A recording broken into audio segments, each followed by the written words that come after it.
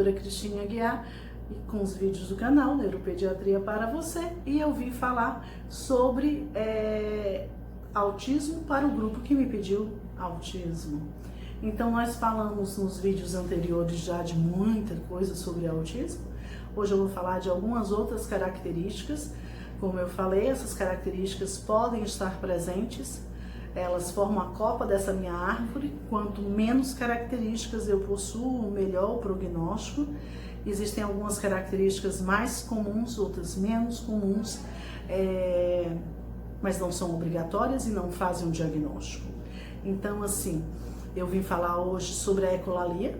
Ecolalia é quando a criança repete o que você disse, ela repete uma coisa que ela ouviu.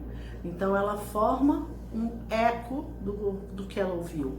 A ecolalia, às vezes, é confundida com comunicação, porque às vezes a mãe pergunta alguma coisa à criança, você quer maçã? E a criança fica falando maçã, maçã. E aí ela acha que a criança quer maçã.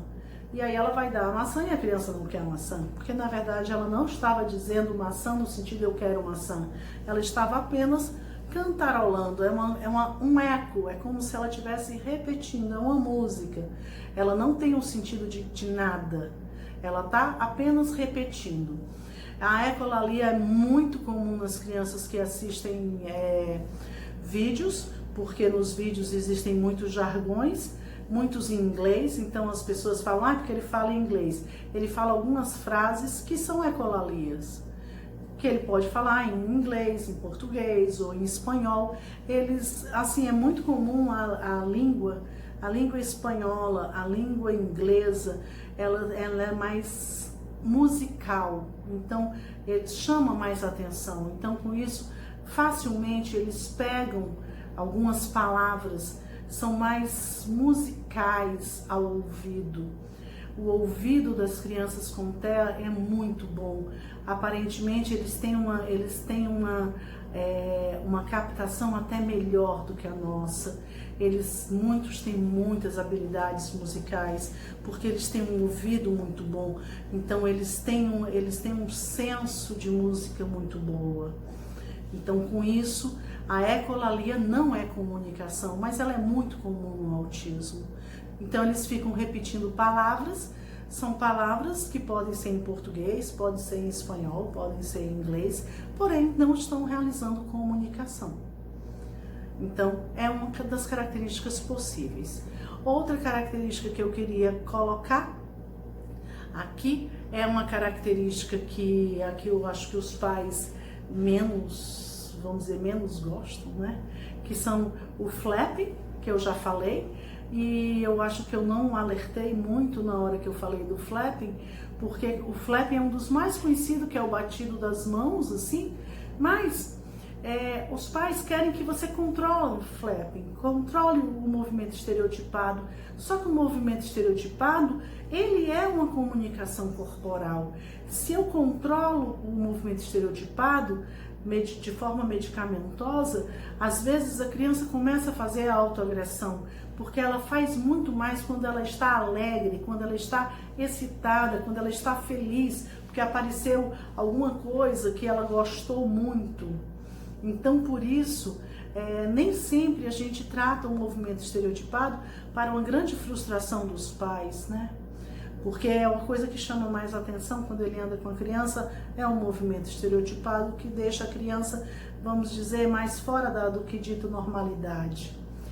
Então, outra característica que eu também gosto de salientar é que os movimentos estereotipados podem ser diversos.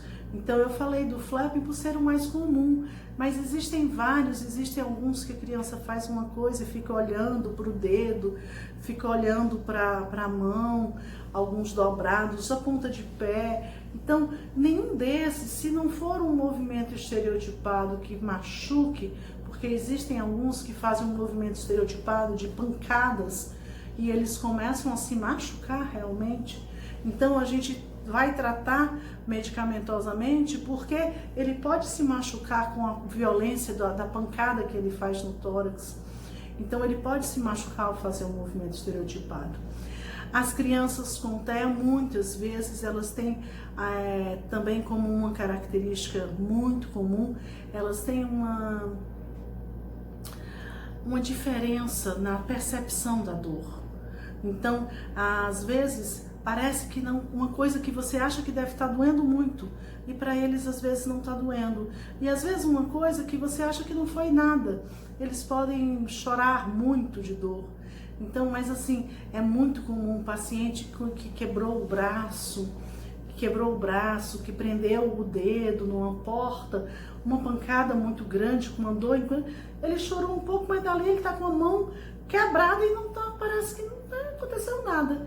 Minha mãe disse, meu Deus, parece que ele não está sentindo nenhuma dor. Realmente a percepção de dor deles não está muito bem estudada, mas parece ser diferenciada.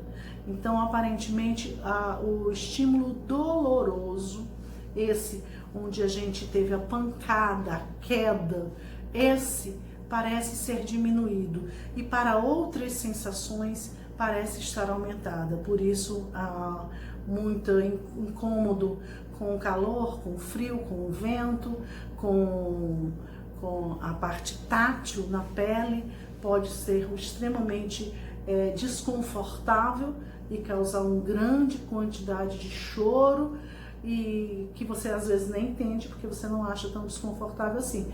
E uma coisa claramente para a gente dolorosa pode não ser para ele. Outras características que a gente pode salientar no autismo é o gosto que eles possuem pelas rotinas e a parte visual deles. Então, assim, é interessante para eles a coisa que se repete, a coisa enfileirada, que se repete, o carrinho se repete ao enfileirar, ao empilhar. Então, parece uma coisa de interesse, é mágico para eles. Então, eles acham bonito e não querem que saia do canto. Então, essa característica de enfileirar ou de empilhar é muito comum. Muitas mães relatam isso. Com isso, a gente consegue, às vezes, usar algumas características a nosso favor. Quer dizer, rotinas, eles são muito apegados a rotinas. Então, por isso, coisas que se repetem. E eu falo, algumas rotinas vocês não devem fazer. Eu tenho aqui vários casos. Por exemplo, eu tenho um caso de uma família que todo dia o pai chegava em casa e dava uma volta com ele no quarteirão de carro. Era uma rotina, porque toda vida que chegava acontecia essa volta no quarteirão.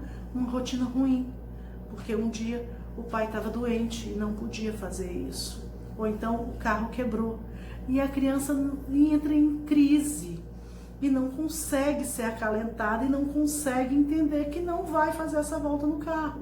Ou então todos os dias, quando sai da escola, compra pipoca e esse dia está chovendo e o pipoqueiro não está. É um verdadeiro escândalo, porque tem que ter a pipoca. E não adianta você dizer que está chovendo, que por isso o pipoqueiro não veio. Foi criada uma rotina, é uma rotina não boa. Agora, outras rotinas são boas, a gente usar a rotina a nosso favor. Quer dizer, se a criança dá trabalho para tomar banho ou para escovar os dentes, faça uma rotina. Você coloca que toda a vida será logo após o almoço. Então, o banho vai ser logo antes do almoço, para depois já sentar para almoçar. Escovar os dentes, se levantou, vai. Na hora que for criada a rotina, ele vai aceitar muito melhor do que se você quiser dar banhos em horários diferentes. Porque na cabeça dele acontece o banho para depois ter o almoço. Acontece o almoço para depois escovar os dentes. Imediatamente seguidos. Então você vai conseguir, às vezes, melhorar o seu dia a dia ao você usar essa característica da rotina a seu favor. E evitar rotinas que vão te causar problemas.